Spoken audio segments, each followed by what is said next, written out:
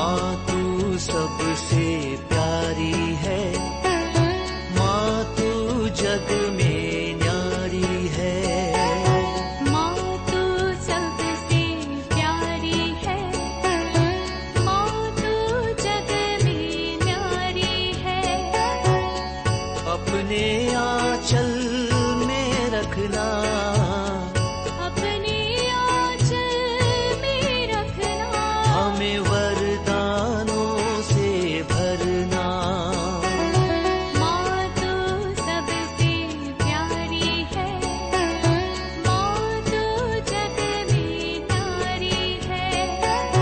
माँ तू सबसे प्यारी है, माँ तू जग में न्यारी है। पिता, पुत्र और पवित्र आत्मा के नाम पर आमीन। आप सबों को जय यीशु। अनेकों लोगों से सुनने के लिए मिलता है, हम लोग अकेले ही प्रार्थना करते हैं, अकेला बैठकर प्रार्थना करते हैं, बच्चों के साथ नहीं, पति के साथ नहीं, पत्नी के साथ नहीं, जो अपने अपने कमरे में प्रार्थना करता है। जब घर में विजिट करते हैं, मैं ये सवाल करता हूं, क्या घर में रोज होली हवर मनाता है कि नहीं? होली हवर पवित्र घड़ी पारिवारिक प्रार्थना का समय को बोलता है। ईसा मसीह ने गत्सेमनी वाटिका में अपने शिष्यों से कहा, तुम जागते रहो, प्रार्थना करते रहो। बार बार ईसा मसीह आ रहे थे, वे लोग सो रहे थे, प्रार्थना नहीं कर रहा था। तब मसीह ने एक सवाल किया, क्या घंटे भर तुम मेरे साथ नहीं बैठ सकता? प्रभु शिष्यों से आग्रह किया, कम से कम 1 घंटा तो प्रार्थना में बैठ जाओ।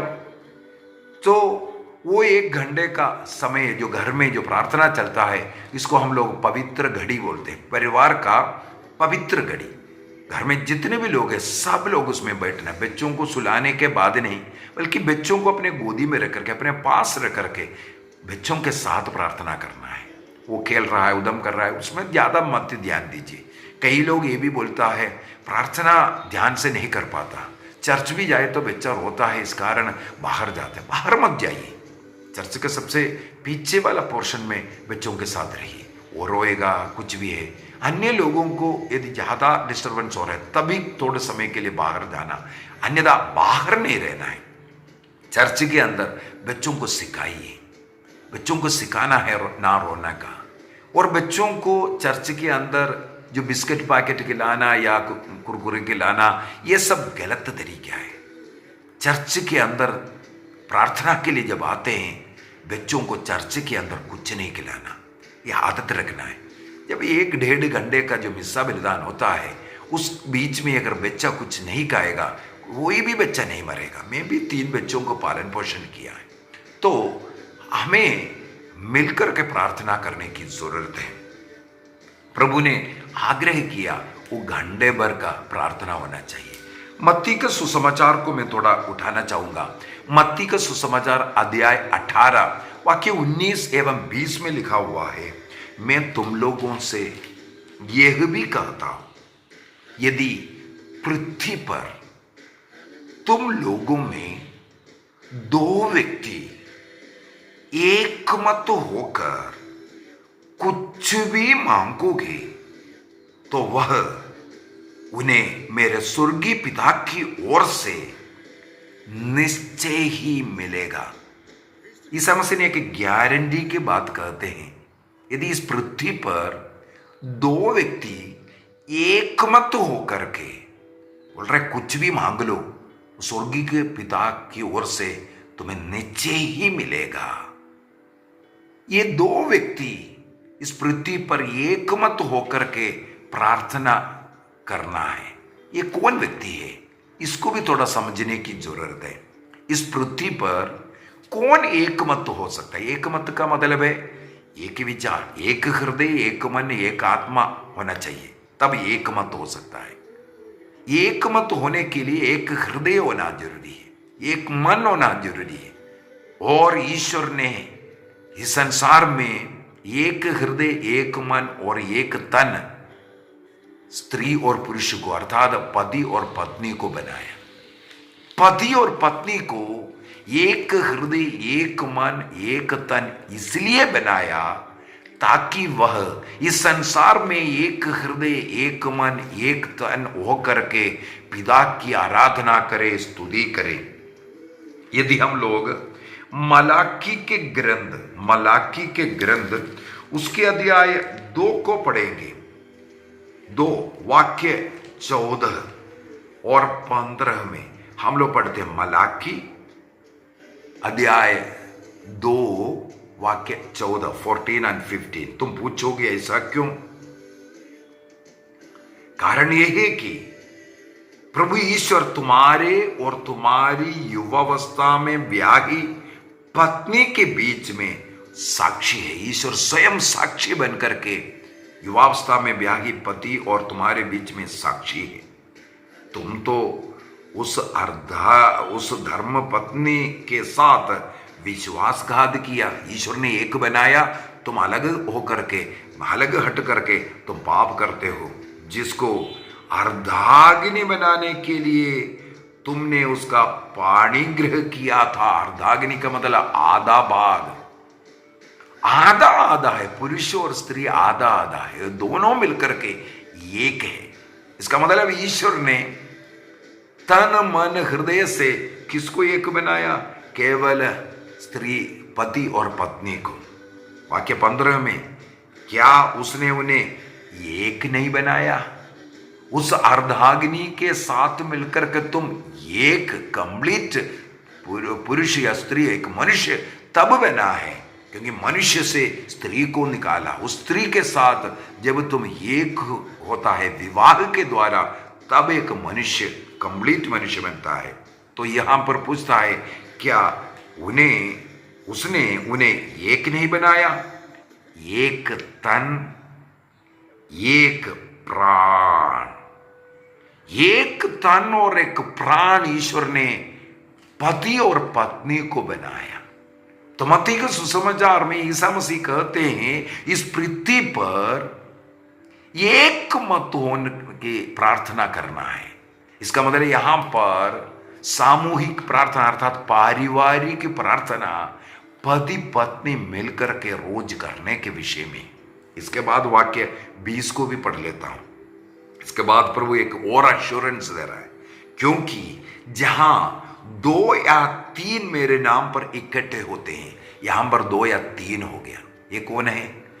पति पत्नी अपने बच्चों के साथ और घर के अन्य लोगों के साथ जब इकट्ठे होंगे, प्रार्थना करेंगे, वहां मैं उनके बीच उपस्थित रहता हूं। ईसा मसीह बोलते हैं, ईसा मसीह स्वयं उस घर में उपस्थित रहूंगा जहां 2 या 3 व्यक्ति मेरे नाम पर 1 घंटे के लिए इकट्ठे होकर के बैठते हैं, प्रार्थना करते हैं, धन्यवाद अर्पित करते हैं। ये एश्योरेंस है। इसलिए कुछ भी मांगेगा मेरे पिता की ओर से वो मिलेगा बोलता है, क्योंकि ईश्वर वहां पर स्वयं उपस्थित रहता है। हम लोग यदि जकरियस का ग्रंथ उसके अध्याय 2 को पढ़ेंगे, जकरियस का ग्रंथ उसके अध्याय 2 वाक्य 9, वहां पर क्या लिखा हुआ है? प्रभु ये कहता है, मैं स्वयं उनके चारों ओर आग की दीवार बनकर रहूंगा।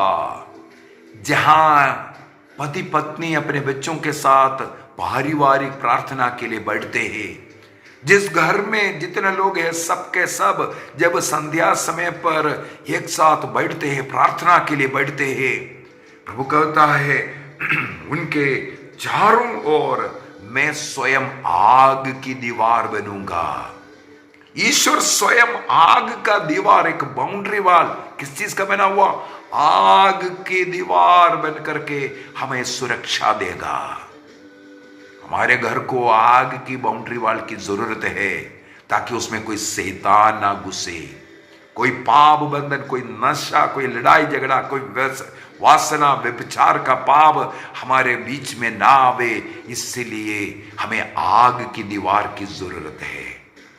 इस प्रकार प्रभु को पहला स्थान दे करके जो घर में 1 घंटे का पारिवारिक प्रार्थना करते हैं, प्रभु कहते हैं, आगे कहते हैं, अपनी महिमा के साथ उसके बीच में मैं निवास करूंगा। ईश्वर अपनी महिमा को उस घर में प्रकट करेगा। जिस घर में पारिवारिक प्रार्थना होता है, पति पत्नी बच्चे सब मिलकर के प्रार्थना करते हैं। मैं अपने समय पर प्रार्थना करता हूं, पति अपने समय पर प्रार्थना करते, पत्नी अपने समय पर प्रार्थना करते। ऐसा प्रार्थना को नहीं बोला, उसको व्यक्तिगत प्रार्थना, पर्सनल प्रार्थना करते हैं। हमारे घर में पारिवारिक प्रार्थना की जरूरत है। जिस घर में पारिवारिक प्रार्थना नियमित रूप से होता है, एक भी दिन उसमें हमें छोड़ना नहीं है। प्रभु को पहला स्थान देना, आदर सम्मान देना, वहां पर ईश्वर की उपस्थिति महिमा प्रकट करेगा बोला।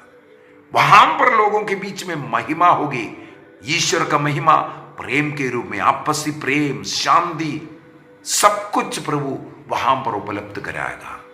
वो घर स्वर्ग बनता है। जहां ईश्वर का महिमा उतरता है, उस घर को कहते हैं स्वर्ग राज्य। ईश्वर की महिमा जहां उतरते हैं, हमें मालूम है पुराने विधान में ईश्वर की जो तंबू, जहां विधान की मंजूषा रखा है, उसके ऊपर प्रभु की महिमा उतरते हैं। सिय्योन पर्वत पर ये महिमा उतरते हुए जनता ने देखा।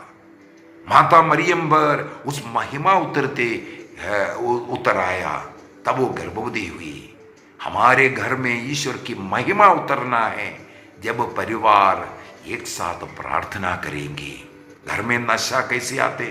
अनेकों लोग बोल रहे मेरे घर में शैतान का आक्रमण में, मुझ में भूत प्रेत है। ये कैसे संभव है? यदि आप प्रार्थना नहीं करता है तब। कई लोग बोलते हैं, अन्य लोग तंत्र मंत्र जादू टोना करते हैं, मेरे घर में चावल मिला, मेरे घर में लाल पुड़िया मिला, पता नहीं क्या क्या नहीं करते हैं। यदि हम लोग गणना ग्रंथ को पढ़ेंगे, गणना ग्रंथ नंबर्स चैप्टर 23 वर्स 23, गणना ग्रंथ का अध्याय 23 वाक्य 23 में लिखा हुआ है, याकूब के विरुद्ध अभिचार व्यर्थ है। कोई श्राप देता है, तंत्र मंत्र कुछ भी करता है, वो व्यर्थ है। क्यों? वो घर प्रार्थना में बैठता है, उनके चारों तरफ आग का दीवार बनता है। और इसके बाद क्या लिखा है? इस्राएल के विरुद्ध तंत्र मंत्र नहीं चलता। यदि कोई भी व्यक्ति आपके घर में कुछ भी डालने दो, तंत्र मंत्र कुछ भी काट कर रखो, यदि आपके घर के अंदर प्रार्थना चलता है, वो उनके ऊपर जाएगा। क्योंकि आग का दीवार वहां पर है। आग उतर करके, आग में आपके घर में आग उतरा है, महिमा, ईश्वर का महिमा आया। वहां कोई शैतान, कोई तंत्र मंत्र जादू टोना नहीं कर सकता। यदि आप ऐसा तंत्र मंत्र करने वाला है, या आपने कोई ऐसा झाड़ू फूक किया है, आपके ऊपर जो शैतान है, आपको उसके लिए पश्चाताप करना, प्रार्थना करना। नहीं तो वो शैतान जब ईश्वर की महिमा उतरता है, इसलिए कई हम लोग जगह पर देख सकता है, प्रार्थनाएं चल रहा है, प्रार्थना सभाओं में, रेटिटों में कई लोग रोते विलाप करते हैं, जमीन में गिरकर रोन रहा है सांप के जैसे। पता नहीं क्या क्या एक्शन दिखा रहा है, क्या कारण है। जब प्रभु की महिमा उतरते हैं, वो वहां बैठ नहीं सकता। आपके बच्चे यदि प्रार्थना में नहीं बैठते, आपका पति यदि प्रार्थना में नहीं बैठ सकता है, उससे भाग रहा है, इसका मतलब है वो शैतान के अधीन रह रहा है, उस जगह पर वो नहीं रह सकता। हम लोग मार्कुस के सुसमाचार अध्याय 5 में पढ़ते हैं, गिरासेनियों के जहां पर जब ईसा मसीह पहुंचा, मकबरे से निकल करके एक आदमी आया। मकबरावासी अर्थात वो शैतान से वशीभूत था, उसमें शैतान था। उस शैतान के कारण यूं ही ईसा मसीह उनकी ओर जा रहा था, वो चिल्लाने लगे, क्यों मुझे सता रहा है, क्यों मुझे सता रहा है। प्रभु का नाम उनके लिए सतावट है, प्रार्थना उनके लिए सतावट है। जो लोग प्रार्थना नहीं करता है, अपने घर को स्वर्ग नहीं नरक बनाना चाहता है, उनके लिए सतावट है। ना चर्च जाते हैं, ना पाप स्वीकार करते हैं, ना योग्य रीति से परम प्रसाद को ग्रहण करते हैं। कई लोग पाप की अवस्था में, एक बार कभी कभी चर्च जाते हैं, पाप की अवस्था में परम प्रसाद को ग्रहण करते हैं। क्या करते हैं? यूहन्ना का सुसमाचार अध्याय 13 वाक्य 27 में हम लोग पढ़ते हैं, उस व्यक्ति में शैतान घुस गया। ईसा मसीह ने, ईश्वर की कृपा आशीष ने ऐसे अयोग्य रीति से परम प्रसाद को ग्रहण करता है, उसमें शैतान घुसता है, पाप श्राप लेकर के आ रहा है। इस प्रकार घर बर्बाद हो रहा है। हमें प्रभु के नियम के अनुसार, कलीसिया के नियम के अनुसार पवित्र जीवन जीना है। प्रार्थना करने वाला परिवार एक साथ जिएगा। हर रोज बाइबल को पढ़ना, गीत गाना, प्रभु की स्तुति करना, मध्यस्थ प्रार्थना करना, संसार के लिए, अन्य लोगों की आवश्यकताओं के लिए प्रार्थना करना, और एक रोजरी माला, सबसे उत्तम प्रार्थना वहां पर रोजरी माला के द्वारा 5 भेद जब आप करते हैं, उस 5 भेद में 5 बड़े बड़े जरूरतों के लिए आप समर्पित कीजिए, अन्य लोगों के लिए प्रार्थना कीजिए। इस प्रकार रोजरी माला मां मरियम के साथ जब हम करते हैं, वो प्रभु का वचन पर मनन चिंतन करते हुए, मुक्ति कार्य को मनन चिंतन करते हुए करते हैं, इसके द्वारा आपके घर में आशीष आएगा।